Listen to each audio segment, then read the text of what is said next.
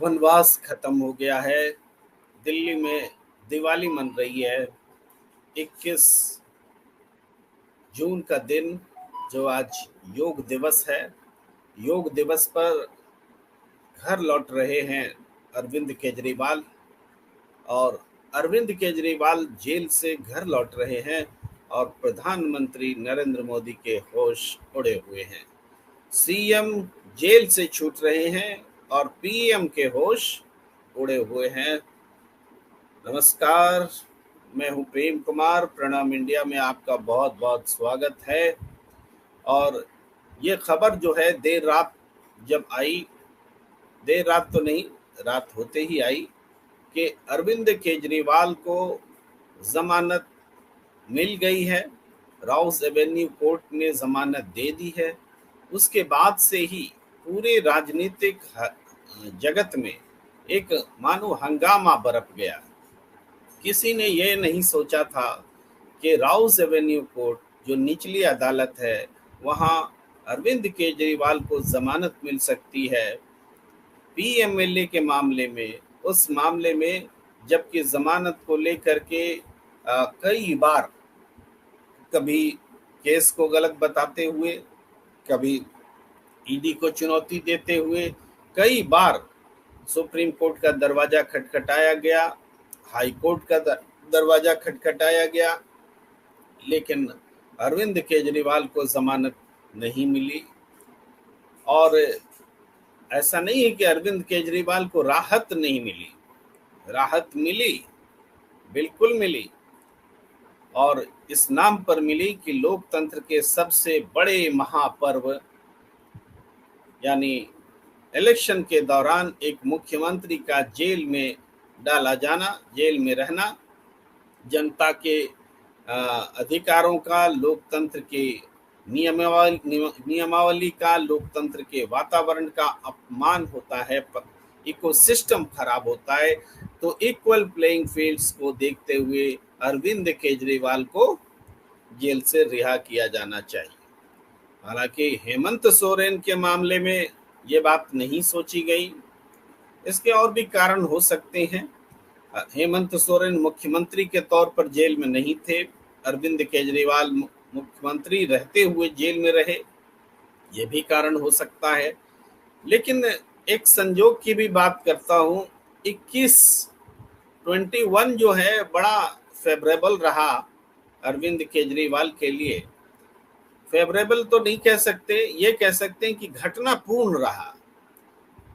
अरविंद केजरीवाल 21 मार्च को जेल गए थे। उनको 21 दिन के लिए रिहाई मिली थी। जब जैसे लोग चुनाव के दौरान हम बात कर रहे हैं, जब उन्हें रिहा किया गया था। और अब 21 जून को ही जमानत भी मिल रही है।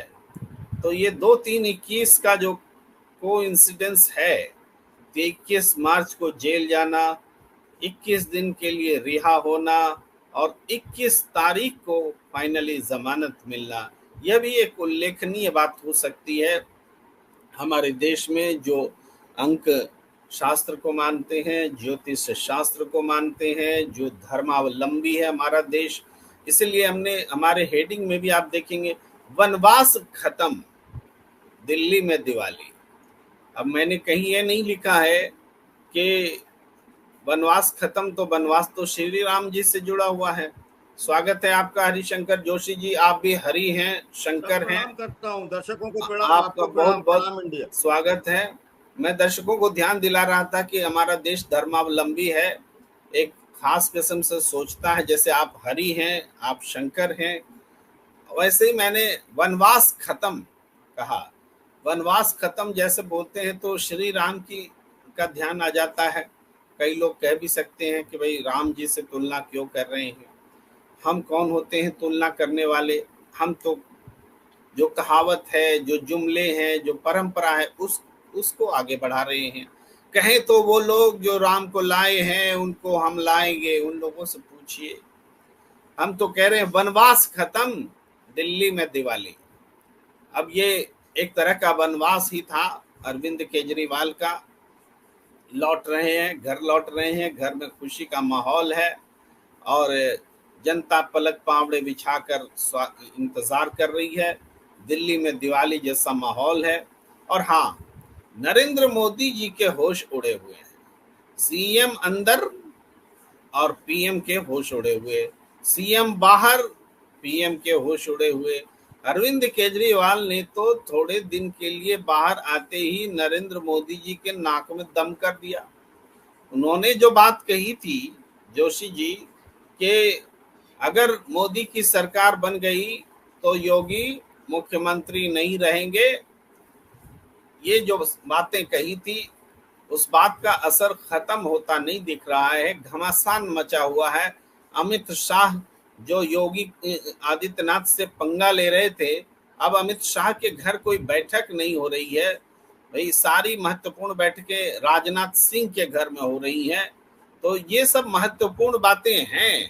तो जोशी जी, क्या लगता है ये जो फैसला है, इस फैसले का क्या पॉलिटिकल इम्पोर्टेंस आपको नजर आ रहा है? देखिए, जब केजरीवाल को जमानत मिली है तब ऐसा संयोग है कि संसद का सत्र शुरू होना है, स्पीकर का चुनाव होना है।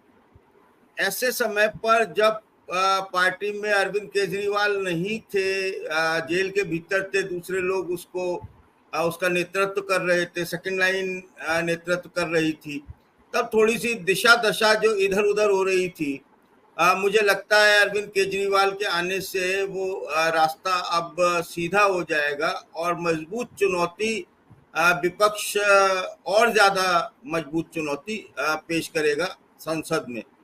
केंद्रीय अरविंद केजरीवाल का बाहर होने का अर्थ ये है कि बहुत सारी समस्याएं जिस पर अरविंद केजरीवाल और विपक्ष को घेरा जा रहा था, और कई जगह कुछ मामले ऐसे चल रहे थे जैसे हरियाणा है, तो ये सारी चीजें हैं पैचअप हो जाएंगी। और दूसरा सबसे बड़ी बात ये है कि अरविंद केजरीवाल का जो भाषण देने का या जो बातचीत करने का या वक्तव्य देने का, टिप्पणी करने का जो तरीका है, और बहुत एग्रेसिव बोलते हैं वो और टू द पॉइंट बोलते हैं, उससे निश्चित तौर पर ये परेशानी मोदी साहब की सरकार को, विपक्ष सत्ता पक्ष को निश्चित तौर पर होगी। और एक बेटर स्ट्रेटेजी के साथ में विपक्ष अब संसद में जिस दिन संसद सत्र उतरेगा, वो वहां पर आपको एक अलग तरीके का नजारा देखने को मिलेगा। भले ही केजरीवाल साहब संसद में नहीं है, लेकिन केजरीवाल साहब जेल से बाहर है, इसका एक निश्चित तौर पर वहां पर असर दिखाई देगा।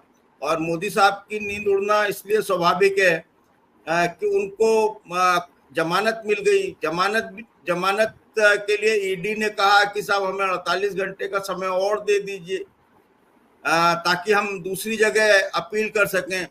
तो अदालत ने उनकी इस अपील को माना नहीं और उन्हें वो खारिज कर दी और उन्हें जमानत दे दी।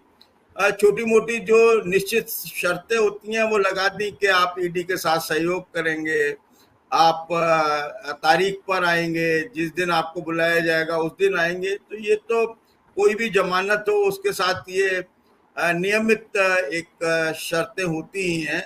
लेकिन महत्वपूर्ण ये है कि जिस कोर्ट ने जमानत दी उसमें लोगों को आश्चर्य हो रहा है। वैसे दूसरे व्यक्ति हैं केजरीवाल जो ईडी के मनी लॉन्ड्रिंग मामले में गए और उसके बाद उन्हें जमानत मिल गई। संजय सिंह को मिली थी और उसके बाद अब ये केजरीवाल को मिली है। दोनों ही आम आदमी पार्टी के हैं। इससे ये साबित होता है, ये जमानत तभी दी जा सकती है जब जज को ये महसूस हो, फाइलें देखकर, तथ्य देखकर, साक्ष्य देखकर ये महसूस हो कि ये निरपराध है। प्रथम दृष्टया उसे ये उसका विवेक कहे कि ये निरपराध है, तब ऐसे मामलों में जमानत दी जा सकती है। इससे एक बात और साबित होती है कि अभी इसका ट्रायल होगा, वो कब पूरी तरीके से निरपराध घोषित किए जाएंगे, बाइज्जत बरी किए जाएंगे इस मामले में। लेकिन ये जमानत मिलना ही मनी लॉन्ड्रिंग के मामले में, ईडी के मामले में ये दर्शाता है कि अरविंद केजरीवाल जो हैं वो अगर किसी भी कोई छोटा मोटा साक्ष्य भी उनके खिलाफ होता तो उनको निश्चित तौर पर जमानत नहीं मिलती। उनको जमानत मिलने का मतलब है कि मोदी साहब और उनकी ईडी, अमित शाह और उनकी ईडी पर ये सीधा एक तरीके का उन्होंने, अदालत ने अप्रत्यक्ष रूप से उनको लताड़ा तो नहीं है, कालिक टाइप की कोई चीज पोत दी है कि देखो तुम क्या करते हो। तो ये सारी चीजें हैं। जी प्रेम जी। जी जी, देखिए जोशी जी, एक बात तो ये भी है कि जमानत ऐसे समय मिली है, ट्रायल एक तरह से शुरू हुआ नहीं है, क्योंकि आमतौर पर माना जाता है ट्रायल शुरू होता है, उसके बाद में चीज़ें स्टेबल हो जाती हैं, ये लगता है कि अब अभियुक्त प्रभावित नहीं करेगा केस को, क्योंकि इस मामले में तो अभियुक्त सीएम है, तो सीएम तो केस को प्रभावित कर सकता है। ये बातें बहुत मजबूत थी, इसके बावजूद जमानत मिली है। इसका मतलब आप बहुत सही कह रहे हैं कि कोई ठोस सबूत नहीं है। और सिर्फ आप ही नहीं कह रहे हैं हरिशंकर जोशी जी, आप याद कीजिए, सुप्रीम कोर्ट ने सुनवाई के दौरान कहा था, जब केस के को ही चुनौती दी जा रही थी कि ईडी पीएमएलए में आएगा कि नहीं, ईडी का मामला बनता है कि नहीं, ईडी का अख्तियार है कि नहीं, उसी समय सुप्रीम कोर्ट ने कहा था ईडी से कि आप केस कैसे चलाएंगे, आपका केस अंडर ट्रायल के दौरान कैसे ठहरेगा, जबकि आपके पास मनी ट्रेल भी नहीं है। ये बात उसी समय सुप्रीम कोर्ट ने कह दी थी। लेकिन बीच के दौरान जो भी वक्त अरविंद केजरीवाल को जेल में गुजारना पड़ा हो, आज ये बात साबित हो गई कि सुप्रीम कोर्ट ने सही कहा था। अरविंद केजरीवाल के खिलाफ कोई मनी ट्रेल नहीं है, उनको जेल में रखा नहीं जा सकता, फिर भी अरविंद केजरीवाल को जेल में रहना पड़ा। ये एक तरह से अन्याय है हरिशंकर जोशी जी। अन्याय इसलिए भी है कि चुनाव के दौरान आपने जेल में डाल दिया, चुनाव के बाद जमानत दे दी, चुनाव में 7 सीटें आम आदमी पार्टी हार गई, पूरी तरह से अरविंद केजरीवाल को बदनाम कर दिया। जेल से रिहाई को मैं इसलिए नहीं ज्यादा मानता क्योंकि आप दाग लेके रिहा हो भी सकते हैं, तो परसेप्शन की लड़ाई कैसे जीतेंगे। लोगों को लगा कि इसीलिए ना इनको जमानत तो मिली नहीं है, ये तो इक्वल फील्ड्स के नाम पर छोड़ा गया है, जरूर कुछ बात है। तो इतना बड़ा संदेह बना के रखा गया और चुनाव खत्म हो गई और जमानत दे दी। भैया जमानत पहले मिल जानी चाहिए थी, तो फिर चुनाव कर की रंगत ही अलग होती। यानी एक तरह से चुनाव में हराने के लिए क्या अरविंद केजरीवाल को और दूसरे विपक्ष के नेताओं को जेल में नहीं डाला गया है? ये बहुत बड़ा सवाल है। इस सवाल पर मैं आपके पास आता हूँ। एक चुनाव में हराने के लिए, चुनाव में इस्तेमाल करने के लिए ये घटनाएं घटी हैं। देखिए, ये बात तो बिल्कुल स्पष्ट है कि जिस तरीके से अरविंद केजरीवाल और हेमंत सोरेन को जेल में डाला गया और जो तारीखें उसके लिए, जो अवसर उसके लिए चुना गया, ये साफ दर्शाता है कि ये चुनावों को प्रभावित करने के लिए एक बड़ा षड्यंत्र रचा गया, जिसमें सेंट्रल एजेंसियों ने साथ दिया सत्ता का। या सेंट्रल एजेंसियां तो सत्ता के कहने पर चलती हैं, उसके इशारे पर चलती हैं, ये सर्वविदित है। तो हेमंत सोरेन हो या अरविंद केजरीवाल हो, उनको इस तरीके से इस समय पर, ऐसे समय पर जब देश में लोकतंत्र का सबसे बड़ा पर्व चल रहा है, जब लोकसभा के आम चुनाव चल रहे हैं, जनरल इलेक्शन चल रहे हैं, ऐसे समय पर जेल में डालने का अर्थ ही है, ऐसे समय में उनकी गिरफ्तारी का अर्थ ही है।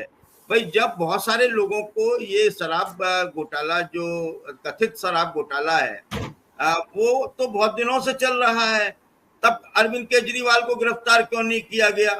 पहले भी तो गिरफ्तार किया जा सकता था, जब दूसरे आरोपियों को गिरफ्तार किया गया था। लेकिन सिर्फ चुनाव के समय पर गिरफ्तार करना और उसके बाद फिर उनका जमानत मिल जाना, ये सारा की सारा ये दर्शाता है कि कहीं ना कहीं दाल में काला है, बल्कि मैं तो ये कहूंगा काली दाल ही काली है पूरी की पूरी।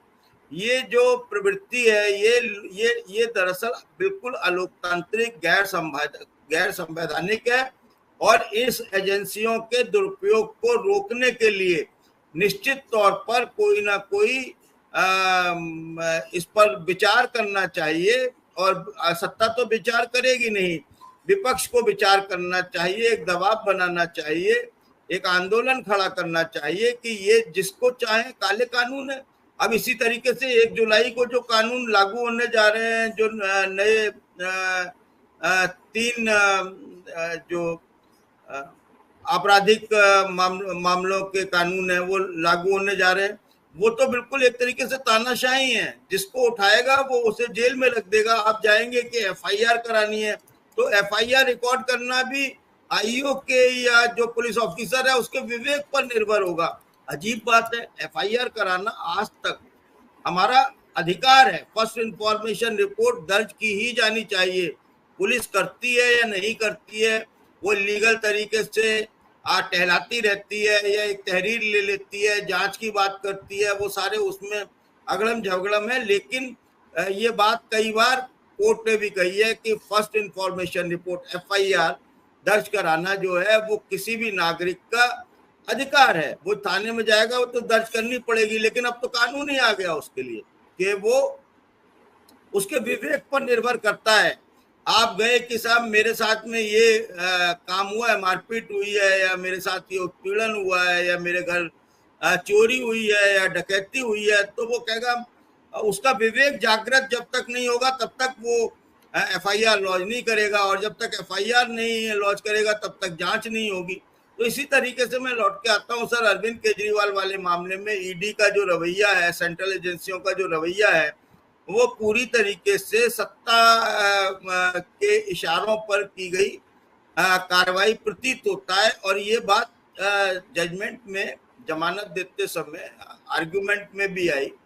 ये बहुत ही चिंतनीय है, बहुत ही ये निंदनीय है, चिंतनीय भी है और निंदनीय भी है कि इस तरीके का जो कृत्य किया है सत्ता ने, कि लोकतंत्र के पर्व के दौरान, चुनाव के दौरान, जब जनता अपने जनप्रतिनिधि चुनती है, उसको पूरी प्रक्रिया को प्रभावित करने के लिए अरविंद केजरीवाल और हेमंत सोरेन को उस अवसर पर जेल में डाला गया। ये अवसर अगर उससे साल भर पहले का होता, 6 महीने पहले का होता, तो ये आरोप नहीं लगते। लेकिन उसी वक्त डालना निश्चित तौर पर उनको ये था कि अरविंद केजरीवाल अंदर जाएंगे, बदनाम होंगे, उन्हें इतना बदनाम कर दो कि लोग कंफ्यूज हो जाएं। तो ये सारी चीजें आपने देखी हैं। और सबसे बड़ा अत्याचार एक और हुआ है प्रेम जी, दिल्ली पानी के लिए त्राही त्राही कर रहा है, और भारतीय जनता पार्टी उसमें भी कर रही है राजनीति। वो नारेबाजी कर रही है, घड़े फोड़ रही है, तमाम तरीके के प्रहसन कर रही है, नाटक कर रही है, बजाय इसके कि और ऐसे समय में अरविंद केजरीवाल उस सूबे का मुख्यमंत्री जेल के भीतर है। आप देखिए, एक सेकंड लाइन ने संभाल रखा है। और पानी की जो किल्लत है, इस बार जो गर्मी हुई है, 42 से 45 डिग्री तक पारा लगातार बना रहा है। खैर आज तो कुछ राहत है, प्रभु का शुक्र है, लेकिन उस गर्मी में पानी के लिए त्राही त्राही होना। और उसके बाद हरियाणा में किसकी सरकार है? हिमाचल ने तो कह दिया हम पानी दे देंगे, वहां कांग्रेस की सरकार है। लेकिन हरियाणा, ये इस तरीके का, भाई पानी तो लोग प्याऊ लगाते हैं, और आप कह रहे हो कि नहीं हम तो दिल्ली को पानी नहीं देंगे। क्यों नहीं देंगे? क्योंकि वहां अरविंद केजरीवाल की सरकार है। ये कोई बात है? इसका मतलब आप मनुष्यता के खिलाफ हैं। जी प्रेम जी। जी देखिए जोशी जी, आपने 2 बातें एक साथ कही हैं। एक तो उन 3 कानूनों के बारे में बताया है जो जिसको अंग्रेजों के ज़माने का बताते हुए बदलाव किया गया है, और 1 जुलाई से जो लागू होने जा रहा है वो कानून, जिस तरीके से अरविंद केजरीवाल पर यूएपीए लगा और उनका जेल से आना मुश्किल हो गया, जेल में रहना मजबूरी हो गई, सुप्रीम कोर्ट तक उनको लड़ाई लड़नी पड़ी, इसके बावजूद कि उनके खिलाफ कोई मनी ट्रेल नहीं है, ईडी का मन किया तो उसने डाल दिया। इसी तरीके से अब आम आदमी के साथ भी होगा, और 90 दिन तक तो जमानत की आप सोच ही नहीं सकते। यानी पहले 90 दिन जेल में रहिए, उसके बाद जमानत पर सोची जाएगी। तो ये जो है बहुत, हम ये किस युग में रह रहे हैं? हम अपनी अर्जित की हुई आजादी को खोने जा रहे हैं। कोई भी इंसान जिंदगी जीता है, जीवन में एक बार भी गलती से भी जेल क्यों जाएगा? हम उस जमाने में अपने पूर्वजों से सुनते रहे हैं कि मतलब अपने सीनियर से सुनते रहे कि पूर्वज हमारे कहा करते थे कि उनके घर में क्या गांव में भी पुलिस आ जाती थी तो शान के खिलाफ बात होती थी। और आज पुलिस बिना किसी बात के 90 दिन तक जेल में डाल दे, ऐसा अधिकार पुलिस को मिलने जा रहा है। ये बहुत बड़ी लड़ाई लड़ने का वक्त आ गया है, क्योंकि हम जेल जाने के लिए थोड़े पैदा हुए हैं कि जीवन में कभी ना कभी एक बार जेल जाना ही है। ये बात महत्वपूर्ण है। और आप जानते हैं पुलिस का केस नहीं लिखने का अधिकार कितना बड़ा है। हमारे साथ कुछ भी हो जाए, पुलिस चाहेगी तो केस नहीं लिखेगी। आज के जमाने में जबकि पुलिस को केस लिखना कंपल्सन है, तब भी वो केस नहीं लिखती है। जब उसका अधिकार हो जाएगा तब क्या होगा, आप कल्पना कीजिए। आज भी यहाँ तक कि बलात्कार के केस नहीं लिखे जाते हैं, भगा दिया जाता है डांट करके। कई महिलाएं आत्मदाह कर चुकी हैं, जान दे चुकी हैं कि उनके साथ ज्यादती भी हुई, पुलिस ने केस तक नहीं लिखा। और जब अधिकार हो जाएगा पुलिस को केस नहीं लिखने का तो क्या होगा? ये हम इसलिए बात कर रहे हैं कि अरविंद केजरीवाल जिनके खिलाफ यूएपीए लगा, यूएपीए लग जाने के बाद ये धारा जो इतनी कठोर है। एक मिनट सर, यूएपीए लगा ने अच्छा मुझसे गलती हो रही है, क्षमा कीजिए। हाँ। आप दरअसल मैंने जो जिक्र छेड़ा उसमें आप कंफ्यूज हो गए। यूएपीए में टंग स्लिप हो गई, क्षमा कीजिए। पीएमएलए लगा, मनी लॉन्ड्रिंग लगा। हाँ, पीएमएलए मेरे से गलती से निकल रहा था, क्षमा कीजिए। पीएमएलए लगा तो पीएमएलए की जो धारा है उसके तहत जेल से छूटना मुश्किल होता है।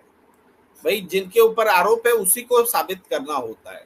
तो ये मुश्किल अरविंद केजरीवाल को भी झेलनी पड़ी। विपक्ष में एक उत्साह है। मैं अखिलेश यादव की ट्वीट को सामने रखता हूं। अखिलेश यादव ने जो कहा है उसको देखिए। दिल्ली के लोकप्रिय मुख्यमंत्री श्री अरविंद केजरीवाल जी की जमानत सत्य की एक और जीत है। इंडिया गठबंधन की शक्ति और एकजुटता, भाजपा के दुख दर्द देने वाले राज से भारत की जनता को मुक्ति दिलवाने जा रही। बहुत जल्द इंडिया गठबंधन सरकार बनाएगा। ऐसे समय में अरविंद केजरीवाल जी का जेल से बाहर आना लोकतंत्र को मजबूत करने वाला है। यह देश और दिल्ली के लोगों के लिए अच्छी खबर है। ईडी के अब तक के बयान झूठ पर आधारित थे। यह केजरीवाल को फंसाने के लिए बनाया गया एक बेबुनियाद फर्जी मामला है। ये बात अखिलेश यादव कह रहे हैं, अपोजिशन के नेता हैं, अलग एक पार्टी के नेता हैं, समाजवादी पार्टी के। और अरविंद केजरीवाल भी आम आदमी पार्टी का नेतृत्व करते हैं, मुख्यमंत्री हैं। और अखिलेश यादव पूर्व मुख्यमंत्री हैं। एक पूर्व मुख्यमंत्री जब इस बात को महसूस कर रहा है कि अरविंद केजरीवाल के खिलाफ पूरा मामला ही फर्जी है, तो इस पृष्ठभूमि में हम आपको आम आदमी पार्टी के नेता संजय सिंह ने कल आदेश आने के बाद क्या कहा था वो भी सुनवाना चाहते हैं कि आप थोड़ा सुनिए कि संजय सिंह ने इस मामले को कैसे देखा। रोल है, एक भाई पीटीआई का माइक थोड़ा ऊपर कर दो। हो गया, अरे थोड़ा पीछे खड़ा करवा देते, सबको मिल जाएगा अच्छे से। पीटीआई का माइक। अरविंद केजरीवाल जी को भाई लाओ तो मत यार। आज जमानत मिली है और ये जमानत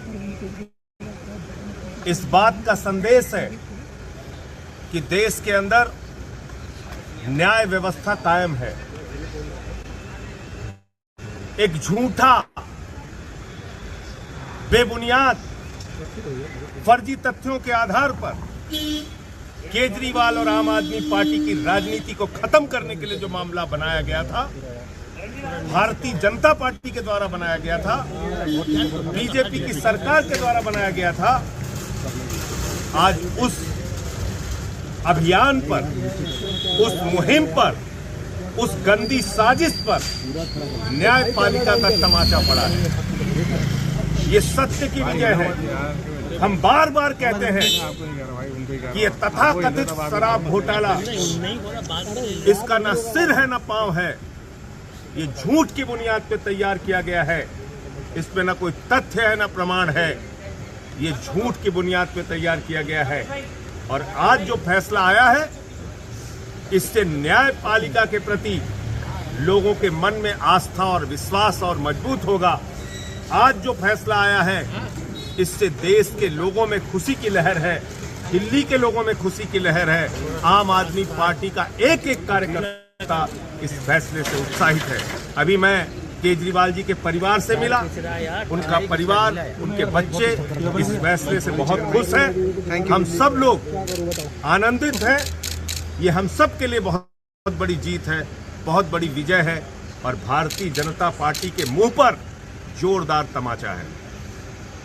मैं समझता हूं अब जरा सी भी शर्म है तो बीजेपी को और मोदी अमित शाह को ये झूठे केस बंद करने चाहिए और जिन लोगों को फर्जी जेल में रखा है उनको सबको बाहर करना चाहिए। संजय जी, ईडी ने अपोज किया था बेल को, वो अपील भी नहीं सुनी गई है, इसलिए कि उनके पास कोई तथ्य नहीं है, इसलिए कि उनके पास कोई प्रमाण नहीं है, इसलिए कि उन्होंने झूठ की बुनियाद पर सरकार के दबाव में ये केस बनाया है, इसलिए उनको कोई उनकी बात नहीं सुनी गई न्यायपालिका में। तो यही मैं कह रहा हूं कि ये सिर्फ और सिर्फ इस पूरे मुकदमे का मकसद था अरविंद केजरीवाल की राजनीति को खत्म करना, आम आदमी पार्टी की राजनीति को खत्म करना, आम आदमी पार्टी को क्रश करना, बर्बाद करना, ये मकसद था बीजेपी हाईकोर्ट जाने की बात कह रही है। और मुझे लगता है कि वो न्यायपालिका की लड़ाई है, उसके लिए हम लोग भी तैयार हैं। और कोई भी न्यायपालिका से जब एक जमानत मिली है, तो मैंने तो आज तक कभी ऐसा नहीं सुना कि आनंद फानंद में आप जाके कहीं उसको ऊपर से उस जमानत के खिलाफ कुछ कर पाए। सर, चुनाव के ठीक पहले उनको गिरफ्तार किया गया था, तब स्पेशल सर्कमस्टेंसेस में बेल दी गई और अब चुनाव के बाद उस वक्त भी मकसद यही था, चुनाव प्रचार से केजरीवाल को रोकना। उस वक्त भी मकसद यही था, आम आदमी पार्टी को हराना और आम आदमी पार्टी को खत्म करना। तो इसलिए मैं कह रहा हूं कि ये मुकदमा ही पूरा झूठ की बुनियाद पे, झूठे तथ्यों के आधार पे, फर्जी तरीके से मामला बनाया गया है और एक एक आदमी को पकड़ के जेल में डाला। आप लोग ये भी कहते रहे हैं कि सारी गिरफ्तारियां चुनाव के लिए की जा रही थी। अब आपकी बात तो तस्दीक देता है कि चुनाव हो गए तो गिरफ्तार। भाई ये तो साफ दिख रहा है ना, आप देखिए ना कि चुनाव संपन्न हो गया, चुनाव खत्म हो गया। अब दूध का दूध, पानी का पानी होगा। न्यायपालिका भी तो चीजों को देख रही है, न्यायपालिका भी तो देख रही है कि कैसे झूठे मामले बनाए गए हैं पूरी तरीके से। देखिए, बीजेपी, मैं कहता हूं इस धरती पर पूरी दुनिया में सबसे भ्रष्ट पार्टी का अगर नाम है तो है भारतीय जनता पार्टी। भारतीय जनता पार्टी के लोगों को, प्रधानमंत्री नरेंद्र मोदी को भ्रष्टाचार का भा बोलने की भी हिम्मत नहीं है। जितने देश के बड़े बड़े भ्रष्टाचारी हैं, सब प्रधानमंत्री मोदी जी के साथ हैं। जितने देश के बड़े बड़े भ्रष्टाचारी हैं, सब आज भारतीय जनता पार्टी के साथ हैं। चाहे वो अजीत पवार हो, छगन भुजबल हो, नारायण राणे हो, अशोक चौहान हो, हसन मुश्रीफ हो, नवीन जिंदल हो, हेमंत बिस्व शर्मा हो, मुकुल राय हो, जनार्दन रेड्डी हो, जितने भ्रष्टाचारी सब आज बीजेपी के और मोदी जी के साथ।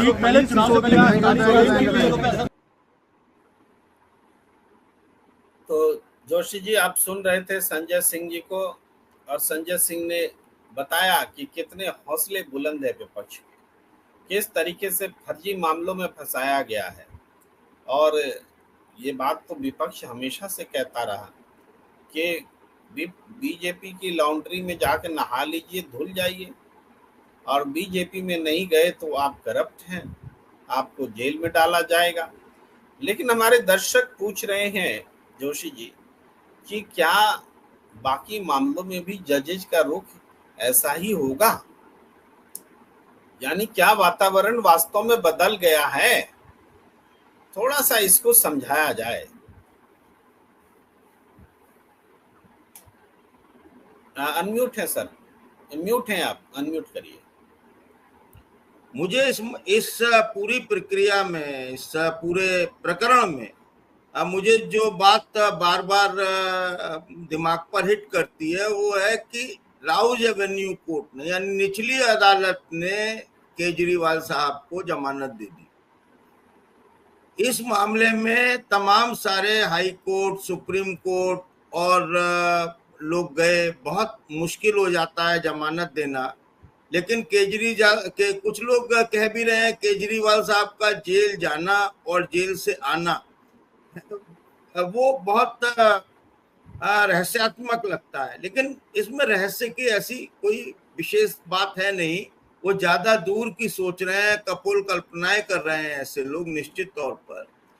केजरीवाल के मामले में कोर्ट ने ये पाया कि साहब, कोर्ट ने तो पहले ही पा लिया था, जमानत नहीं दी थी। वो आप सच कह रहे हैं कि अब वो असर जो है सत्ता का वो डाइल्यूट हो रहा है। थोड़ा सा प्रश्न को मैं साफ करता हूं, कि विपक्ष के नेता धड़ल्ले से जेल में डाल दिए जाते हैं और अदालत कहीं ना कहीं कॉम्प्रोमाइज्ड है, जो ये नहीं देख पा रही है कि अगर यही विपक्ष के नेता बीजेपी में चले जाएं तो इनके ऊपर कोई मामला नहीं है।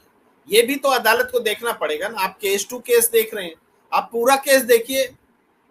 ये जो अदालत नहीं देख पा रही, और इसके अलावा तथ्य भी नहीं होते, लंबा समय लिया जाता है। सरकार की एजेंसियां बार बार कॉम्प्लीमेंट्री चार्जशीट डालती हैं। एक चार्जशीट है वो अभी पूरी भी नहीं हुई, इससे पहले कि अब जमानत की का समय आएगा एक और चार्जशीट डाल दो, कॉम्प्लीमेंट्री चार्जशीट, ताकि जेल में बनाए रखा जा सके। हेमंत सोरेन के साथ यही हो रहा है। अदालत की टिप्पणी है, मेरी टिप्पणी थोड़ी है कि कॉम्प्लीमेंट्री चार्जशीट डाल देते हैं ताकि उनको रिहाई ना हो। तो ये जो वातावरण अदालत बर्दाश्त करती रही है, क्या अदालत ने अब ऐसे वातावरण से लड़ना सीख लिया है? ये सवाल है। नहीं, देखिए ऐसा है कि ये तो वातावरण जो है वो बिल्कुल आप देख रहे हैं, चारों तरफ देख रहे हैं कि किस तरीके से तानाशाही चली है, किस तरीके से अनडिक्लेयर्ड इमरजेंसी जैसा माहौल पिछले 10 सालों में हम लोगों ने देखा है। और केजरीवाल का ही अगर आप मामला लें तो केजरीवाल के मामले में बहुत हास्यास्पद तर्क हैं जो ईडी ने कोर्ट में प्रस्तुत किए या जो बहस के दौरान सामने आए कि साहब जन्मदिन की बधाई दी। अब उसमें इतने जन्मदिन की बधाई देना तो कोई पाप है नहीं फोन करने के लिए, अगर कोई व्यक्ति किसी को जन्मदिन की बधाई देता है। और दूसरी बात सर ये है कि ये कहा गया कि साहब 45 करोड़ रुपए आपको दिए गए, सबूत कहाँ है? बोले सबूत तो नहीं है। पैसे कहाँ है? पैसे तो नहीं है, लेकिन वो राशि 100 करोड़ बताते हैं।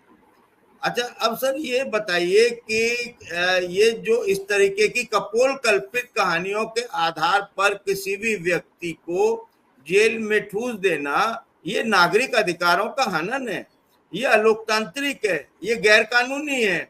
लेकिन अब जो लोग ईडी ने चार्जशीट फाइल की, आपने कहा जैसे अजीत पवार है, जैसे और लोग हैं, ये अगर वहां पर चले गए, उनकी वॉशिंग मशीन में चले गए, उन्होंने भारतीय जनता पार्टी ज्वाइन कर ली, तो उनके सारे आरोप न केवल धुल गए बल्कि वो डिप्टी सीएम हो गए, कुछ और हो गए, तो मलाईदार पदों पर वो विराजमान किए गए।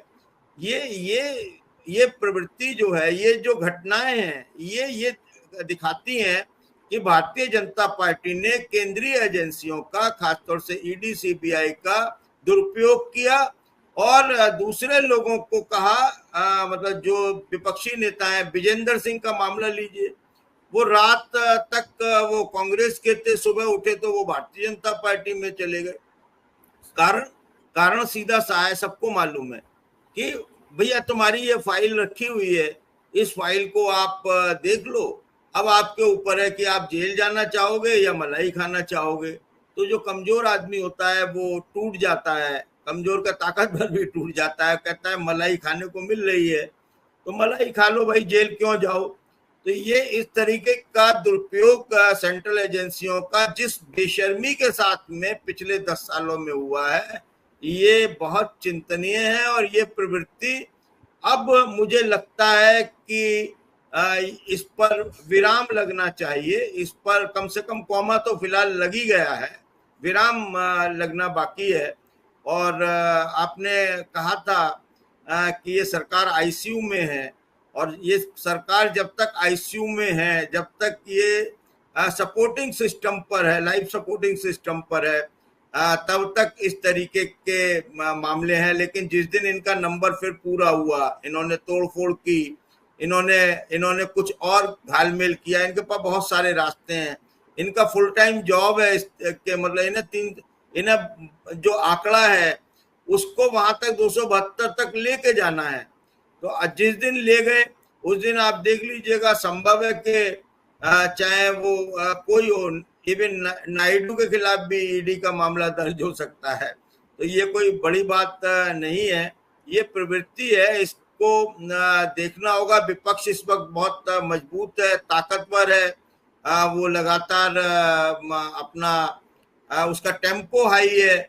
और जिस तरीके से राहुल गांधी इस समय आक्रामक हैं, और वो संसद से लेकर सड़क तक वो आक्रामक हैं, इससे पता चलता है कि अब बहुत आसान राह नहीं रह गई है बीजेपी की। अब बताइए, कहते हैं साहब 100 करोड़ रुपए साउथ ग्रुप से आए केजरीवाल पर, आरोप लगा दिया। आरोप लगाने में क्या जाता है? अरे वो रुपया कहाँ है भाई? 1 रुपया तो बताओ, वो ट्रेल कहाँ है, मनी ट्रेल कहाँ है, उसका कोई पता नहीं है। अच्छा, फिर ऐसा भी नहीं है कि सीएम केजरीवाल का कोई आपराधिक इतिहास हो, वो एक सेवा में रहे, आईआरएस रहे हैं, और उन्होंने एक बेदाग नौकरी की है। वो अपनी ईमानदारी और अड़ियलपन के लिए पूरे डिपार्टमेंट में आज भी जाने जाते हैं। लेकिन इस तरीके से उनको फंसा दिया गया। ये उत्पीड़न है। केजरीवाल का जो उत्पीड़न हुआ है, जो हेमंत सोरेन का उत्पीड़न हुआ है, वो इतना निंदनीय है। वो कोई बहुत ही निर्लज्ज सरकार ही इस तरीके के उत्पीड़न लोकतंत्र में कर सकती है। जी प्रेम जी। जी जोशी जी, आप जो विश्लेषण कर रहे हैं उसमें अरविंद केजरीवाल हैं, उनका पक्ष है, उनको कैसे फंसाया गया, ये बातें हैं। लेकिन अरविंद केजरीवाल ने जो एक बात महत्वपूर्ण कही थी कि जो सरकारी गवाह बना वो व्यक्ति इस केस में अभियुक्त था। सरकारी गवाह आमतौर पर वही बनता है, लेकिन उसने बार बार उससे पूछा गया कि अरविंद केजरीवाल का नाम ले लो, उसने नहीं लिया। लेकिन जैसे ही अरविंद केजरीवाल का नाम लेते हैं वो सरकारी गवाह बनता है।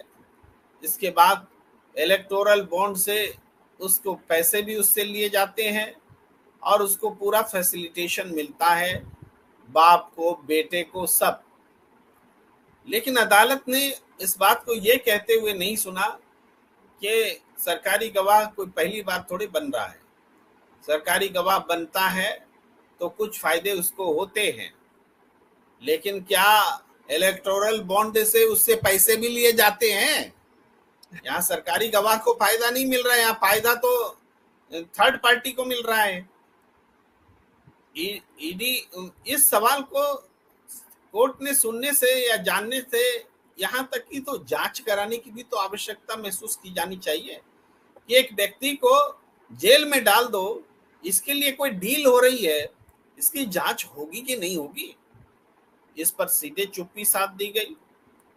ये छोटे सवाल नहीं है। ये किसी नेता को फंसाने के लिए आप अभियुक्त से सौदा कर लीजिए, वो पहलू अनडिस्कस्ड रह गई, चर्चा में नहीं आई, चूंकि अदालत ने उसको नहीं माना। आज जो बात कही जा रही है, हमारे दर्शक भी कह रहे हैं कि मोदी सरकार कमजोर हुई है अरविंद केजरीवाल के रिहा होने से। अशोक सक्सेना जी कह रहे थे, और मैं धन्यवाद देता हूं कि हमारी दर्शक बिमला बरालिया जी ने मुझे करेक्ट किया, सप्लीमेंट्री चार्जशीट में कम्प्लीमेंट्री बोल दे रहा था, तो इस गलती के लिए क्षमा। सप्लीमेंट्री चार्जशीट होता है। और इसी तरीके से हम ये कह रहे थे कि सक्सेना जी कह रहे थे, मैं उनकी ट्वीट को भी देख रहा था कि अगर मिल जाए पास में हो, थोड़ा ऊपर चला गया लगता है, लेकिन वो कह रहे थे कि प्रधानमंत्री नरेंद्र मोदी कमजोर हुए हैं अरविंद केजरीवाल के रिहा होने से। किस मायने में कमजोर हुए हैं, थोड़ा सा इसको एक्सप्लेन करिए कि कैसे कमजोर हुए हैं। क्या अब वो किसी नेता को जेल में नहीं डाल पाएंगे? क्या वो किसी नेता को जेल से छुड़ाने में विफल हो जाएंगे? वो छूटते रहेंगे, नरेंद्र मोदी मुंह देखते रहेंगे? क्या सीबीआई, ईडी, आईटी का उपयोग करना अब उनके वश में नहीं रहेगा? कहाँ कमजोर पड़े हैं, थोड़ा सा एक्सप्लेन करिए जी। जोशी जी फ्रीज हो गए हैं, तो मैं जोशी जी का जैसे इंटरनेट ठीक होता है मैं आता हूं, तब तक पंकज वर्मा जी लिख रहे हैं, जोशी जी आप दोनों के विश्लेषण गले से नीचे नहीं उतर रहे। यह हकीकत है, अरविंद केजरीवाल हरियाणा झारखंड में बीजेपी की बी टीम के रूप में काम करने के लिए समझौते के तहत रिहा किए गए हैं। पंकज वर्मा जी आगे लिखते हैं, कुछ दिन पहले ही आप पार्टी ने घोषणा की थी कि वह हरियाणा में अकेले चुनाव लड़ेगी, और 4 दिन बाद अरविंद केजरीवाल को जमानत मिल गई। हम आपकी मजबूरी समझते हैं। देखिए पंकज वर्मा जी, इंडिया गठबंधन में रहने वाले तमाम दल अलग चुनाव लड़ेंगे, इसमें कोई दो मत नहीं है। आपको जो एक साथ चुनाव लड़ने का सीन दिखता है वो महाराष्ट्र में दिखता है, वो बिहार में दिखता है, उत्तर प्रदेश में दिखता है, लेकिन आम आदमी पार्टी के साथ पहले भी अलग चुनाव लड़े गए पंजाब में, आगे भी अलग चुनाव लड़े जाएंगे हरियाणा में या झारखंड में। लेकिन लोकसभा चुनाव के नतीजों ने बता दिया कि कांग्रेस को आम आदमी पार्टी से डरने की आवश्यकता नहीं है। पश्चिम बंगाल में जरूर तृणमूल कांग्रेस, तब तो वहां भी आप कहेंगे कि तृणमूल कांग्रेस को हराने के लिए कांग्रेस ने काम किया, लेफ्ट ने काम किया। ऐसी बातें बोलने की असीम संभावनाएं हैं, लेकिन स्वयं आम आदमी पार्टी के नेता इंडिया गठबंधन की तारीफ कर रहे हैं, और कांग्रेस क्या आम आदमी पार्टी की सरकार के खिलाफ प्रदर्शन नहीं कर रही है? पानी के मुद्दे पर कर रही है। तो कांग्रेस क्या बीजेपी के साथ खड़ी हो गई पानी के मुद्दे पर? आप बोल सकते हैं, इसको काटा नहीं जा सकता कि दोनों ही पानी के सवाल पर प्रदर्शन कर रही है आम आदमी पार्टी के खिलाफ, उनकी सरकार के खिलाफ। ये समाजवादी पार्टी के नेता अखिलेश यादव कह रहे हैं बड़ी जीत है इंडिया गठबंधन की। अरविंद केजरीवाल के सिपह सलार बोलिए संजय सिंह कह रहे हैं इंडिया गठबंधन की बहुत बड़ी जीत है। तो आपके प्रश्न जो हैं हिपोथेटिकल ज्यादा हैं पंकज वर्मा जी, आपके जो प्रश्न हैं काल्पनिक ज्यादा हैं। और आप ये मानिए सारा चुनाव आम आदमी पार्टी और कांग्रेस मिलकर थोड़े लड़ेगी, न लड़ी थी न लड़ेगी। मुझे लगता है आपके प्रश्न का तो उत्तर मैंने दे दिया। विजय राम जी कह रहे हैं मोदी जी को अरविंद केजरीवाल ने ही चौथी पास राजा की कहानी सुनाई थी, किसी को अनपढ़ गंवार अरविंद केजरीवाल ही कह सकते हैं। अरविंद केजरीवाल ने यह कहानी सुनाने के लिए फ्लोर का इस्तेमाल किया, विधानसभा के भवन का मतलब सदन का इस्तेमाल किया। अगर यही बयान वो बाहर देते सदन से बाहर तो उनके ऊपर केस लग सकता था, मुकदमा भी किया जा सकता था, लेकिन सदन के भीतर बयान देने के कारण उन पर कोई मुकदमा नहीं लग सकता। तो सदन के भीतर वो उनको चौथी पास भी बोल देते हैं, फर्जी डिग्री भी बोल देते हैं, तमाम बातें वो बोल देते हैं। नजीर मलिक जी कह रहे हैं सांप कितना ही कमजोर हो जाए मगर मौका मिलने पर तो जहर का प्रभाव कम नहीं होगा। और भंवर सिंह कहते हैं गुड मॉर्निंग, आपको भी गुड मॉर्निंग। मोहम्मद तहसीन जी कह रहे हैं रहीम सर नायडू जी से एके अब बात कर सकते हैं, इंडिया अब सरकार बना लेगी, एके और कांग्रेस हरियाणा में बीजेपी को साफ कर देगी। मोहम्मद तहसीन जी का कहना है। A1 वीडियो लिख रहे हैं सर बहुत खुशी की खबर है, दिल्ली राजा बाहर आएगा। और हमारे साथ जुड़ चुके हैं हरिशंकर जोशी जी। जोशी जी, सवाल आपके सामने था और मैं अब उसको दोहराना नहीं चाहता, लेकिन आप उत्तर दीजिए, हमारे दर्शकों को संतुष्ट कीजिए, क्योंकि हमारे दर्शक सीधे कह रहे हैं कि आप दोनों की बातें गले नहीं उतर रही है, क्योंकि अरविंद केजरीवाल को एक तरह से साजिश के तहत छोड़ा गया है कि विधानसभा चुनावों में वो कांग्रेस को नुकसान पहुंचाए, हरियाणा में, झारखंड में। क्या कहेंगे आप? देखिए, ऐसा है कि दूध का जला छाछ को भी फूक फूक कर पीता है। तो हमारे चाहे विजयी राम जी हो, चाहे अरविंद त्यागी जी हो, या हमारे जो साथी दर्शक हमारे साथ चैट बॉक्स में जुड़ते हैं, अगर वो इस बात को कह रहे हैं, उनके मन में संदेह है, तो देखिए, कोई भी संदेह जो है वो उन्होंने अगर अपने मन में उनके उत्पन्न हुआ है, तो कहीं ना कहीं कुछ ना कुछ तो होगा, दिल का ताड़ बनता है। लेकिन परिस्थितियां होती हैं प्रेम जी। मैं मानता हूं कि अरविंद केजरीवाल जो है वो एक संघ की बी टीम है, मैं इस बात को मानता रहा हूं। लेकिन कभी कभी क्या होता है, परिस्थितियां जो हैं वो व्यक्ति को परिवर्तित कर देती हैं। उसका प्रादुर्भाव देखना होगा अरविंद केजरीवाल का, और वो जिस परिस्थितियों में राजनीति में आए, जब आए, तो वो एक व्यक्ति आया जिसको गांधी टोपी पहना के एक नकली गांधी बनाकर लाया गया, अन्ना हजारे। उस अन्ना हजारे के माध्यम से कुछ लोग उसके पीछे थे। उसके पीछे आप जानते हैं कौन सी ताकतें थी, निर्भया कांड के पीछे कौन सी ताकतें काम कर रही थी, और या अन्ना हजारे के पीछे कौन सी ताकतें काम कर रही थी, या वो एक असंत था जो स्विट्जरलैंड से पैसा वापस ला रहा था साइकिल पर जाकर, उनके पीछे कौन सी ताकतें काम कर रही थी। तो अरविंद केजरीवाल, किरण बेदी और मोदी, ये सब वहीं के निकले हुए प्रतिफल है या प्रोडक्ट है।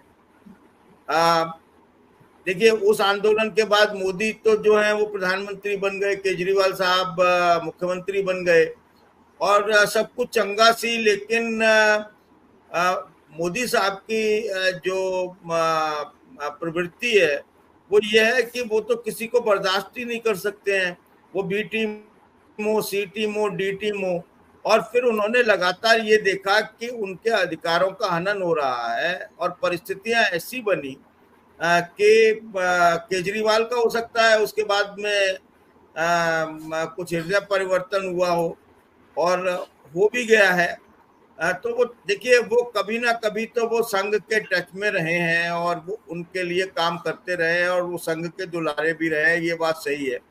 लेकिन आज की परिस्थिति में अरविंद केजरीवाल एक बदले हुए अरविंद केजरीवाल है, और उनको किसी भी सूरत में मैं संदेह की दृष्टि से देखता नहीं हूँ, क्योंकि वो राजनीति जो करते हैं वो बहुत अलग तरह की राजनीति करते हैं। विश्वसनीय राजनीति आजकल थोड़ा मुश्किल है उनके लिए कहना, लेकिन इंडिया गठबंधन के गठन के बाद से अरविंद केजरीवाल का कोई भी ऐसा कृत्य नहीं देखा गया, ऐसा कोई भी बयान नहीं देखा गया जो फिर ये कहे कि केजरीवाल साहब जो है वो बी टीम की तरह काम कर रहे हैं।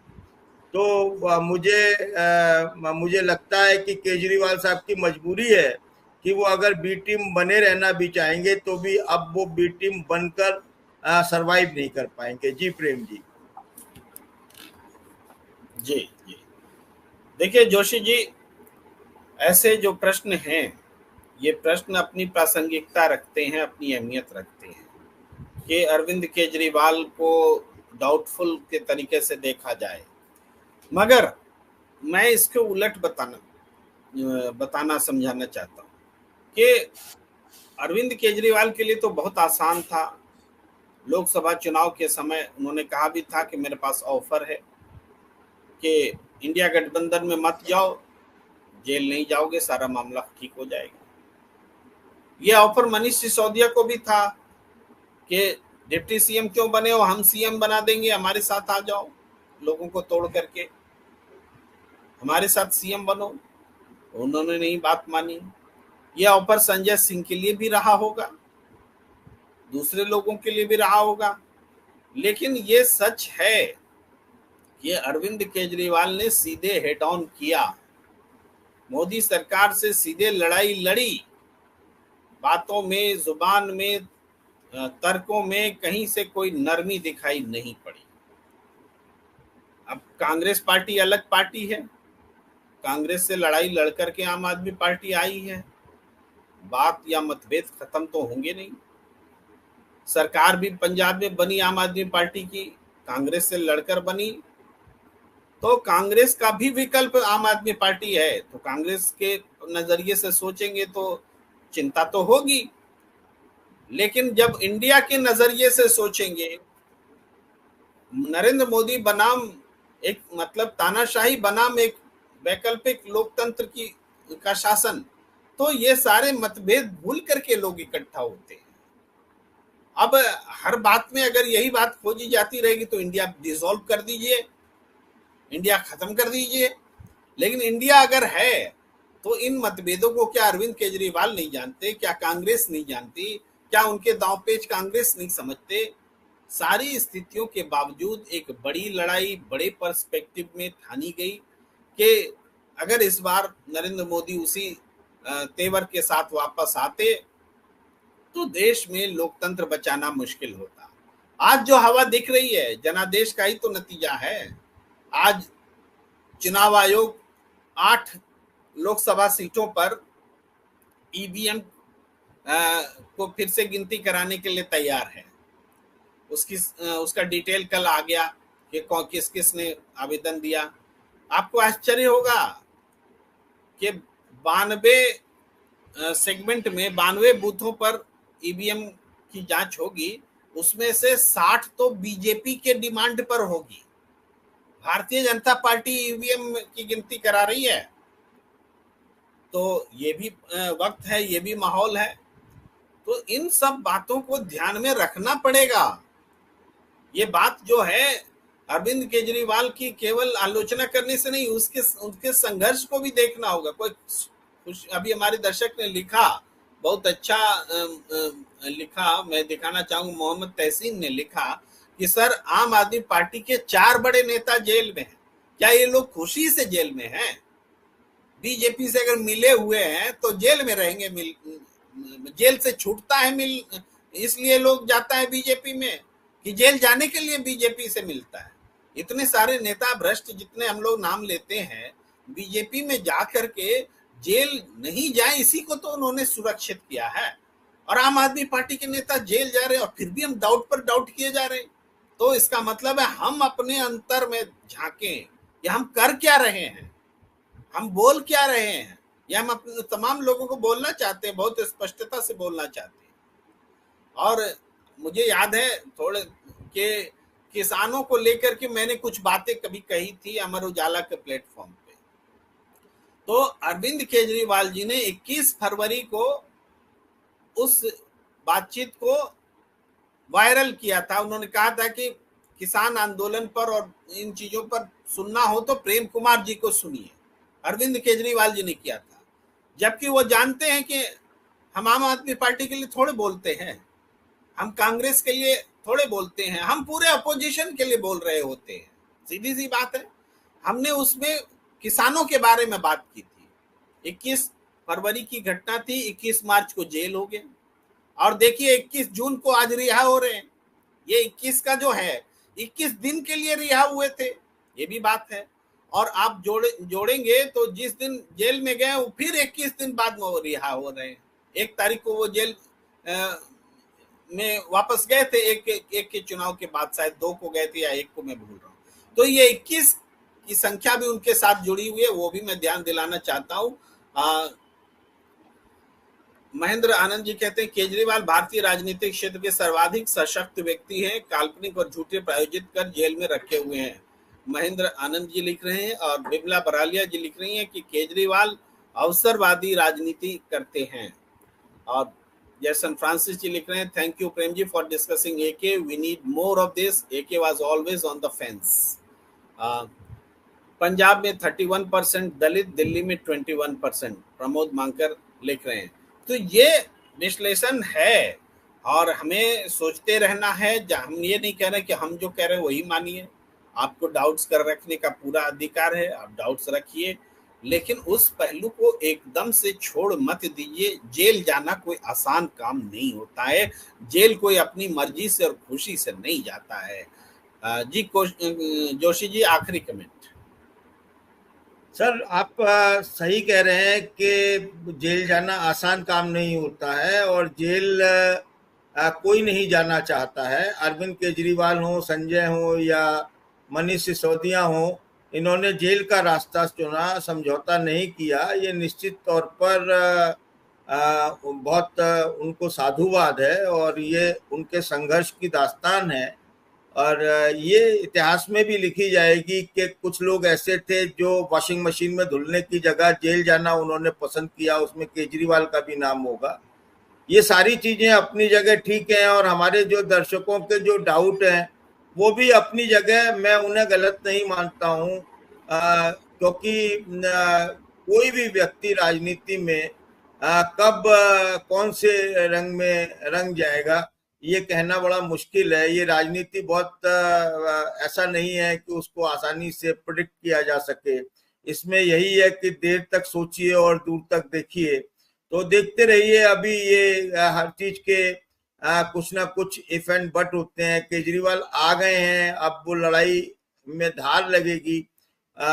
निश्चित तौर पर केजरीवाल को नुकसान हुआ है जेल में रहने से। दिल्ली की 7 सीटें जिस तरीके से गई हैं इस बार, उसमें कहीं ना कहीं किसी ना किसी हद तक केजरीवाल का जेल में होना भी है। और अब बात है, छोटी छोटी बातें चलती रहती हैं, जैसे हरियाणा है, पंजाब है, यहाँ पर इनकी जो इकाइयां हैं पार्टी की, उसके साथ में जिस तरीके के मतभेद और है, मतभेद होने चाहिए, मनभेद नहीं होने चाहिए। और मुझे लगता है कि इंडिया गठबंधन जिस लड़ाई को लड़ रहा है उसमें आप देखिए, कांग्रेस ने बहुत सारी कुर्बानियां इंडिया गठबंधन में दी हैं। सबसे ज्यादा समझौते अगर किसी ने इस लड़ाई को लड़ने के लिए किए हैं तो वो निश्चित तौर पर कांग्रेस ने किए हैं, मेरा स्पष्ट मानना है। लेकिन उसमें जो भी व्यक्ति है, जिसका जो भी योगदान है, सबका बहुत योगदान है। और मैं तो यहाँ तक कहता हूँ कि नीतीश का भी उसमें इंडिया गठबंधन के गठन में योगदान है। कल को क्या पता नीतीश जी का जो स्टैंड है वो कल को क्या होगा, वो किस उसमें गए हैं। तो बहुत सारी चीजें व्यक्ति के साथ में होती हैं, उनके योगदान को नहीं बुलाया जा सकता। अब ये लड़ाई और तेज होगी। स्पीकर का मामला है वो 27 तारीख तक हमारे सामने होगा। आमतौर पर हम लोग यही मानकर चल रहे हैं कि भारतीय जनता पार्टी का स्पीकर बन सकता है, लेकिन इतना आसान नहीं है लहू रोना। जो आंख ही से न टपके वो लहू क्या है, गालिब ने कहा है। तो उतना आसान भी नहीं है अब मोदी जी के लिए संसद में अपनी मनमानी करना। अब इंडिया गठबंधन के एकजुट है, उसका टेम्पो हाई है, उसके हौसले बुलंद है। हर नेता एक दूसरे के साथ में बहुत अच्छा उसका रिलेशन है। तो ये सारी चीजें जो हैं वो एक लड़ाई को संयुक्त होकर लड़ रहे हैं। बड़ी लड़ाई के लिए छोटी बातों को और छोटे मतभेदों को इग्नोर किया जाता है। ये बात हमको निश्चित तौर पर कांग्रेस से सीखनी चाहिए कि उसने किस तरीके से अपने, क्योंकि सारी पार्टियां वो कांग्रेस का ही वोट खा खा कर पनपी हैं, लेकिन कांग्रेस ने जिस तरह का किया है, उसका जो एटीट्यूड दिखाई दिया है पूरे इस दौरान, वो यही है कि वो लोकतांत्रिक जो भारत है उसकी नींव को और मजबूत करना, अलोकतांत्रिक और जो अवसरवादी और लोकतंत्र के जो दमन करने वाले लोग हैं उनको पदोच्युत करना, उनके खिलाफ अंकुश लगाना, उनके खिलाफ लड़ाई लड़ना, ये काम इंडिया गठबंधन कर रहा है। और केजरीवाल के आने के बाद निश्चित तौर पे इसमें ये और मजबूती मिलेगी, उनके आने का लाभ मिलेगा। जी प्रेम जी।